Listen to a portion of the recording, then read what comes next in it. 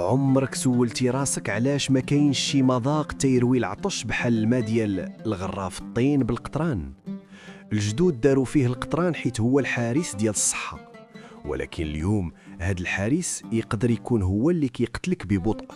الصدمة الأولى، الطين ماشي غير وعاء، هو رئة كتنفس، هو المادة الوحيدة اللي كترجع للماء الحياة وكتعادل الحموضة pH ديالو باش يولي ماء حي كيحيي العروق. الصدمة الثانية، الجدود داروا القطران حيت هو أقوى معقم طبيعي يعرفوا البشر.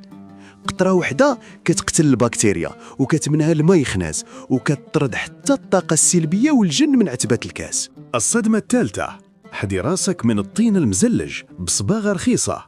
هذيك اللمعة هي رصاص كيدوب في الماء ويدخل لعظامك ودماغك.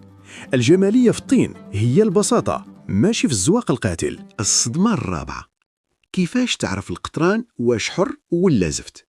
القطران الحر كيبقى خاتر وما كيصبغش الماء كله بلا الرباجي كيماوي. الصحة ديالك ماشي لعبة في يد الغشاشين. الصدمة الخامسة والأخطر، الدراسات لقات باللي القطران المغشوش فيه مواد الهيدروكربون اللي كتدمر الكبدة وتسبب أمراض خايبة.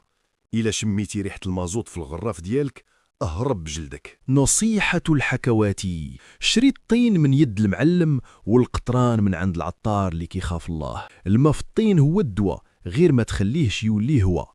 واش نتوما من عشاق ريحة القطران؟ قولوها لينا في التعاليق.